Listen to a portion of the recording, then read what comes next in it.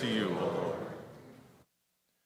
When the Son of Man comes in his glories and all the angels with him, then he will sit on the throne of his glory. All the nations will be gathered before him, and he will separate people one from another as a shepherd separates the sheep from the goats. And he will put the sheep at the right hand and the goats at the left. Then the king will say to those at his right hand, "Come, you who are blessed by my Father, inherit the kingdom prepared for you from the foundation of the world. For I was hungry, and you gave me food. I was thirsty, and you gave me something to drink. I was a stranger, and you welcomed me. I was naked, and you gave me clothing. I was sick, and you took care of me. I was in prison, and you visited me." Then the righteous will answer him, "Lord, when was it that we saw you hungry and gave you food, or thirsty and gave you something to drink?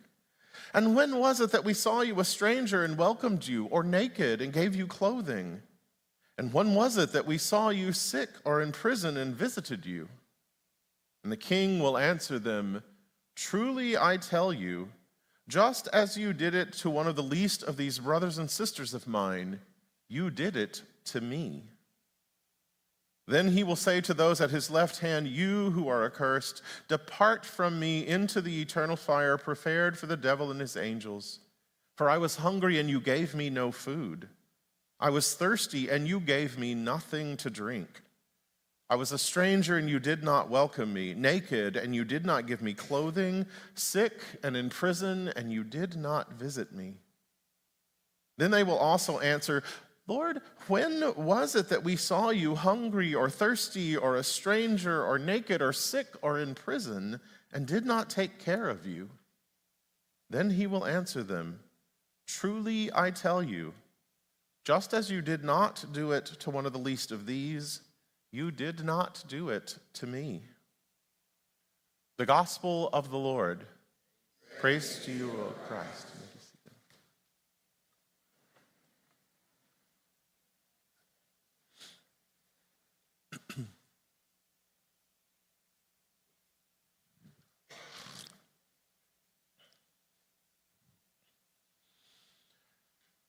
Over the last month and a half, we have been walking our way through the Nicene Creed, considering what it means to us and how we live with it.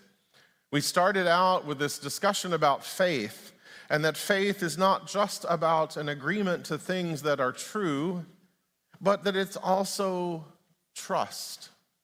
It's faithfulness. And it's a way of seeing the cosmos as God sees the cosmos. We looked at the issues behind the creation of this creed. We looked at each article. We started considering the things, the beginning of all things in creation by God, the movement of God toward us by becoming one of us, and God's continuing presence among us in the Holy Spirit.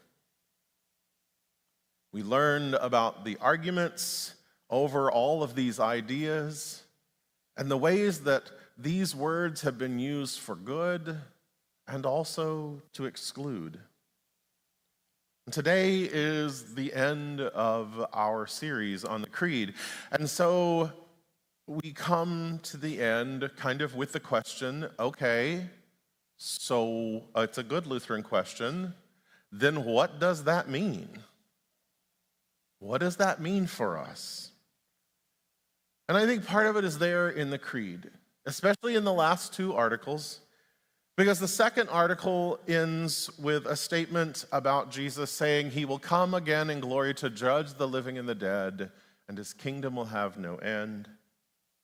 But then we also end the third article by saying, we look for the resurrection of the dead and the life of the world to come. Now, you might have noticed that the Creed doesn't have anywhere in it anything about, here, live your life this way.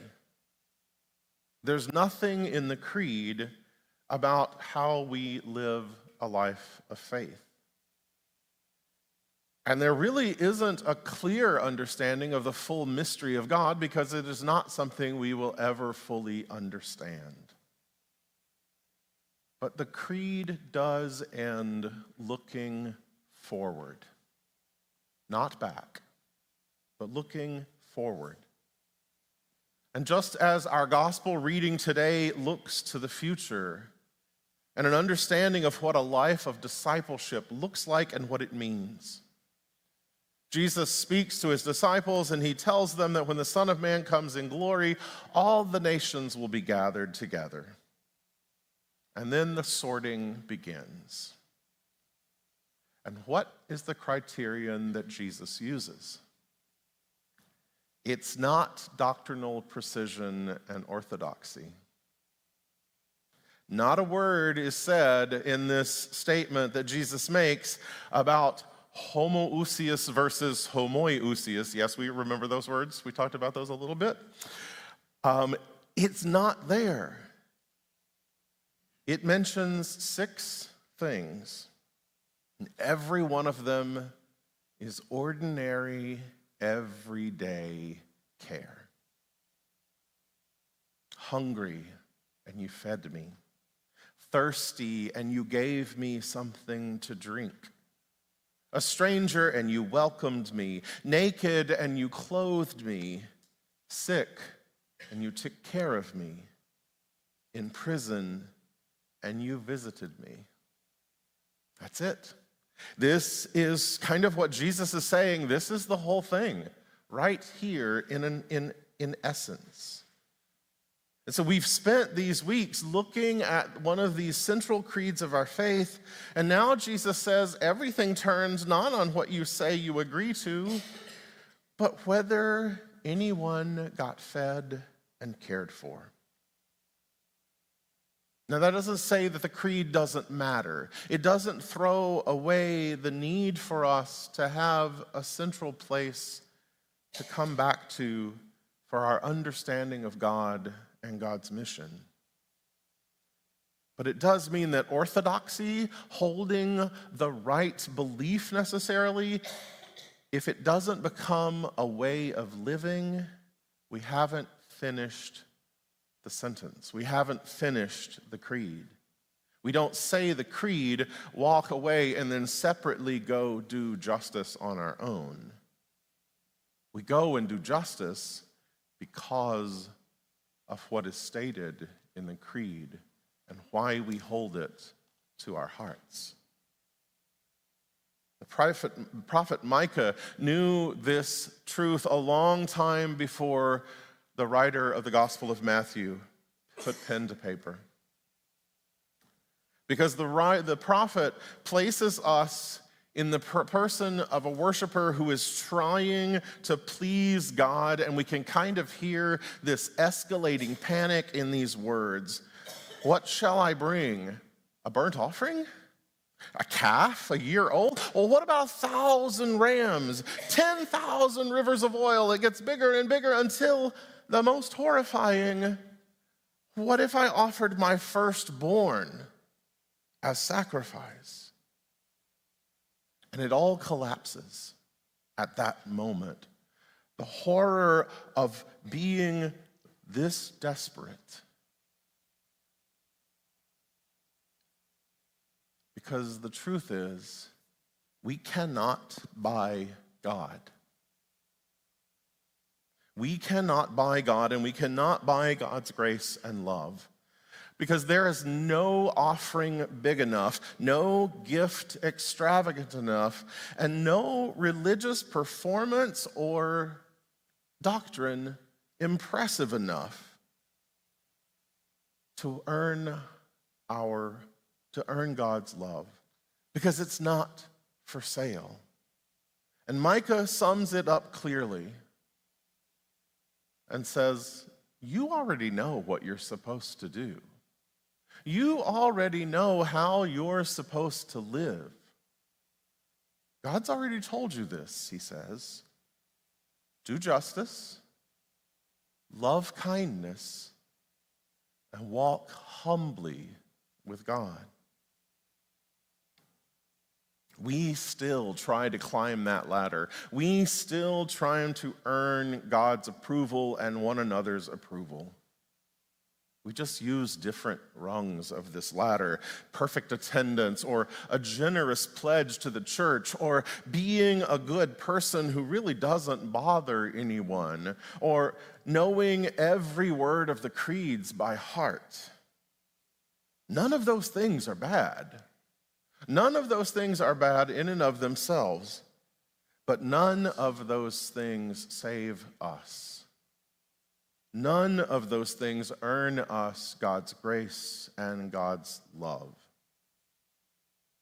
And so what's left at the end is a way of life, a walk humbly with God. And here's the thing: that last walk humbly with your God means that we don't stand alone as we live these things out. God walks with us. We are already accompanied as we approach the world. Now, some of this can still sound a lot like climbing another ladder and earning our way. And we as Lutherans are always a little skeptical when it comes to doing things, because we don't want to be accused of works righteousness and earning and trying to earn things. But look at the gospel again. When the king speaks to these two groups and says these things to them, both groups are stunned. Both groups have the exact same question: Lord, when did we see you hungry? When did we see you thirsty, a stranger, sick, or in prison? Neither group knew. Neither group was keeping score. The ones that Jesus commended had no idea they had been serving Christ. They just saw someone hungry and got them something to eat. And that's it. That's the whole thing right there. It's not a checklist that you pass by trying hard enough. It's a description of what faith looks like from the outside when nobody is watching, and least of all, the person doing it paying attention.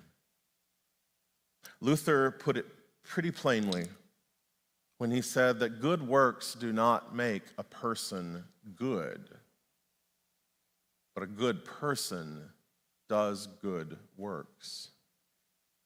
Faith doesn't build you a resume.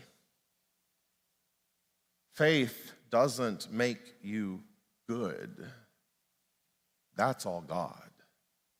But faith builds you a life, and oftentimes without your even noticing what's happened.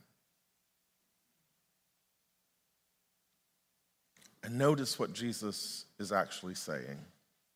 He's not saying that when you feed a hungry person, it pleases Jesus. Did you notice that?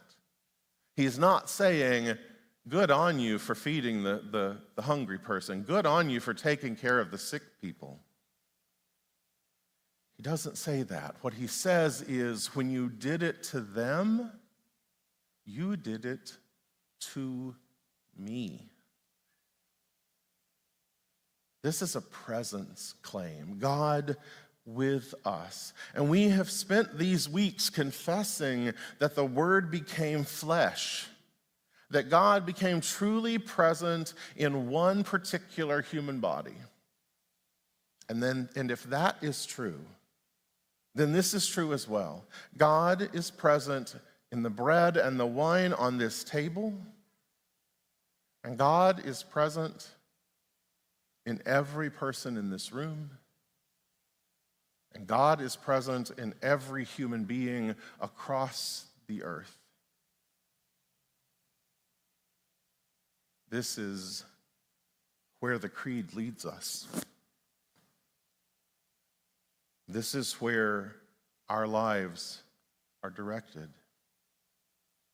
because Jesus lists these things. And none of the things that Jesus lists in this story, none of them is about doctrine. None of them is even religious. Food, water, welcoming the stranger, clothing, caring for the sick, being present with those imprisoned. These are all physical needs. And every one of them is still an issue today. We still have to question who gets to eat, who gets to be welcomed, and who gets turned away. Who can afford to be sick and get care? Who gets locked up and then forgotten?